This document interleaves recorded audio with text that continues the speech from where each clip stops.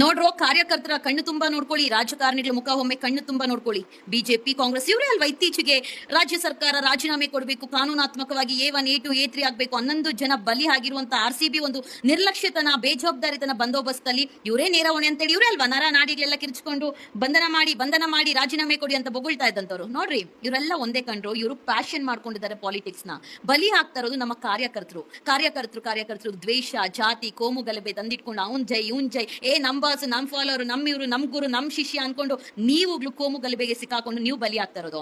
ಕಾರ್ಯಕರ್ತರ ನಿಮ್ಮಿಂದ ನಿಮ್ಮ ಹೆಂಡತಿ ಮಕ್ಕಳು ಎಲ್ಲರೂ ಇವತ್ತಿಗೂ ಕೂಲಿ ಮಾಡ್ಕೊಂಡಿರ್ತಾರೆ. ಯಾರು ಲಕ್ಸುರಿ ಲೈಫ್ ಲೀಡ್ ಮಾಡ್ತಾರಲ್ಲ. ನೋಡ್ರಿ, ನನ್ನ ಮಕ್ಕಳೆಲ್ಲ ಒಳ್ಳೆ ಲಕ್ಸುರಿ ಲೈಫ್ ಲೀಡ್ ಮಾಡ್ಕೊಂಡು ಜನರ ಜೀವನ ಜೊತೆ ಆಟ ಆಡ್ತಾ ಇದಾರೆ. ಹೆಣಕ್ಕೂ ಹಣವನ್ನ ಕಟ್ಟಿ ಸೂತ್ಕ ಇರುವಂತ ನಮ್ಮ ರಾಜ್ಯದಲ್ಲಿ ಸಂಭ್ರಮಾಚರಣೆ ಮಾಡ್ತಾ ಇದಾರೆ. ಇತ್ತೀಚೆಗೆ ಹಾಕಿದ ಕಣ್ಣೀರು, ನವರಂಗಿ ಕಣ್ಣೀರು, ಇವರೆಲ್ಲ ಒಂದೇ.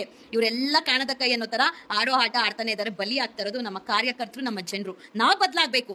ಇತ್ತೀಚೆಗಾಗಿದ್ದಂತ RCB ಒಂದು IPL ಕಪ್ಪು, ಏನೊಂದು ಕಪ್ಪು ತಂದ್ರು, ದೊಡ್ಡ ಕಪ್ಪು ಚುಕ್ಕೆ ಇಟ್ಟು 11 ಜನ ಬಲಿ ತಗೊಂಡು ಅಮಾಯಕರ ಪೊಲೀಸರನ್ನ ಅಮಾನತ್ ಮಾಡುವಂತ ಕೆಲಸ ಮಾಡಿದಂತ ರಾಜಕಾರಣಿಗಳು ಇವರು. ನವರಂಗಿ ಆಟಕ್ಕೆ ಇನ್ನೆಷ್ಟು ಜನ ಬಲಿ ಆಗ್ಬೇಕು, ಇನ್ಮೇಲಾದ್ರೂ ಬುದ್ಧಿ ಕಲಿರೋ. ಇವರೆಲ್ಲ ಒಂದೇ ಕಂಡ್ರು. ಬಲಿ ಆಗೋದು ಕಾರ್ಯಕರ್ತರು. ಬದಲಾಗ್ರೋ, ಈ ರಾಜಕೀಯ ಪಕ್ಷ ಬಿಟ್ಟು ಹೊರಗೆ ಬಂಡ್ರೋ ದರಿದ್ರ ಸರ್ಕಾರಗಳು.